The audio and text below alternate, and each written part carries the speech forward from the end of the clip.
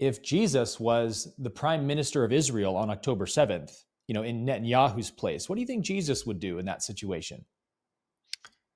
Well, Jesus and his disciples and these early Jewish Christian groups have been asking this very question for a long time. How do we respond to violence? And as we know, the Essenes and the early Christians thought of it very simply as there's two ways, the way of life and the way of death.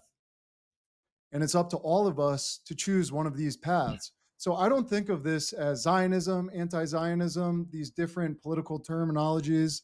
I think of it as the way of life or the way of death. It is very simple. And the way of life is about forgiveness and mercy and compassion and praying for your enemies and really putting yourself in your enemy's shoes. So the question is, what would Jesus do if he was the prime minister of Israel? He would forgive. And there would be immense pressure to retaliate. And Jesus would refuse. He would go in and help people who are hurt on both sides. He would tend to the injured and the maimed, regardless of their religion or background or politics. He would pray for his enemies. He would pray for Hamas. He would pray for whoever.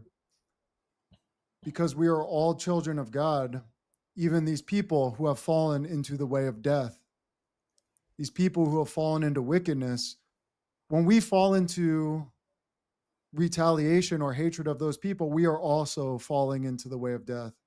So this discussion today is a continuation of an ancient debate in Judaism between the Essene type philosophy and the Pharisaical or Sadducean philosophy, where some use the Hebrew Bible as a justification for war, for genocide, for violence, and others use the Hebrew Bible and the truth of God as a justification for unrelenting peace, to always forgive, to always have mercy. When Jesus tells us to be perfect as our Father is perfect, he is talking specifically about mercy and forgiveness. So, I'm Jewish on my mom's side. My father's Christian. I was raised Christian, but legally I am Jewish. And what I say during this podcast, if someone wants to call me an anti-Semite, first of all, that's just completely silly. They probably will, but they probably will. Okay. But that's the world we're in today. And there's honestly, look at us anti-Semites over here, bro. Look at us anti-Semites. So anti-Semitic. It is not anti-Semitic to call out the reprehensible violence committed by the Israeli state. It's actually, this is a Jewish duty to call out the absolute horrific treatment of the Palestinian people, namely tens of thousands of children. So this is, if Jesus was here today, he is here with us. He is here always. God's always with us. And I believe that history will look back on those who stood up for innocence, who called for peace, who called for mercy. I believe history will look back fondly. It always does. Always does. It's like, how do you have a commandment that literally says, thou shalt not kill? And there are no suppositions in that or excuses in that. It's just like hard line, unequivocal. Thou shalt not kill. And I think this speaks to what you said, James, the Essene movement in Judaism, that there was this bifurcation, as we teach here, from Orthodoxy somewhere around 600 BCE-ish, probably, after the Babylonian captivity. This huge sect of Jews was like, look, we do not rock with the temple cult. We are not okay with this pagan practice of animal sacrifice that has corrupted the holy Torah of God. We're splitting off, going to do our own thing. And they split off, went to the Transjordan. And we know that's where the Nazarenes and the sect that Jesus emerged from ultimately lived in the first century. So Jesus came from this Essene type Judaism that had already split off from Orthodoxy. And so as far as we're concerned, and again, we love the Jewish faith. Obviously, we love Jewish people and all people. You mentioned you're Jewish by blood, James. My parents have told me I'm a 16th Ashkenazi. I haven't gotten any DNA, evidence to verify that, but I might also be Jewish in that sense.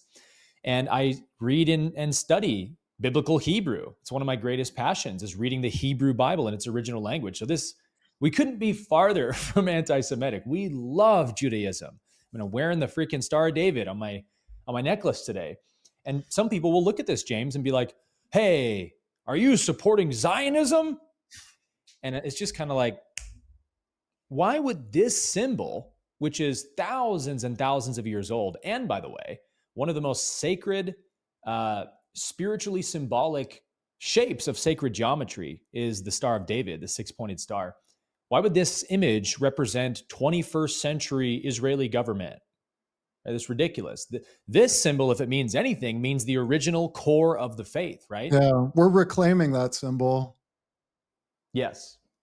I think just like Christianity has to be reclaimed by the teachings of Jesus, by Jesus himself, he needs to be the forefront of Christianity, and his words are above all else.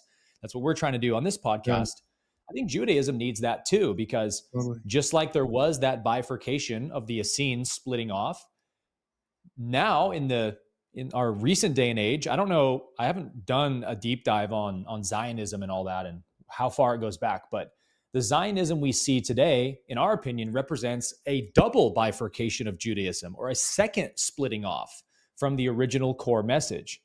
In other words, the Orthodox Judaism of today is, in our opinion, and the opinion of many scholars and historians, a kind of distortion of the original form of Judaism that Abraham and Moses gave, right?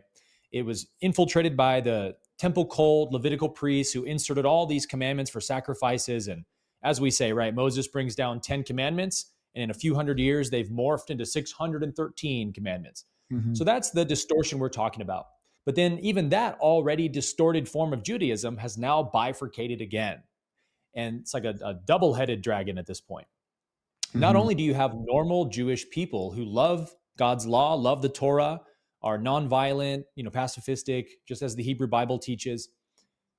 And then you have this kind of elitist class of political Jews, or whatever you would want to call them, banking elites, I don't know, which people call Zionism. This could be a whole podcast, of course, by itself, and a whole conspiracy rabbit trail of how far Zionism goes back and where its tentacles are today. We don't need to do that.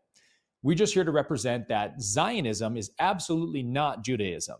And we cannot make the egregious error of conflating a government with its people. And that's what the sort of media elites try to do, right? Is they say, if you criticize the Israeli government, you're saying that you hate the Jewish woman, making bread in her kitchen. It's like, no, that's not how life works.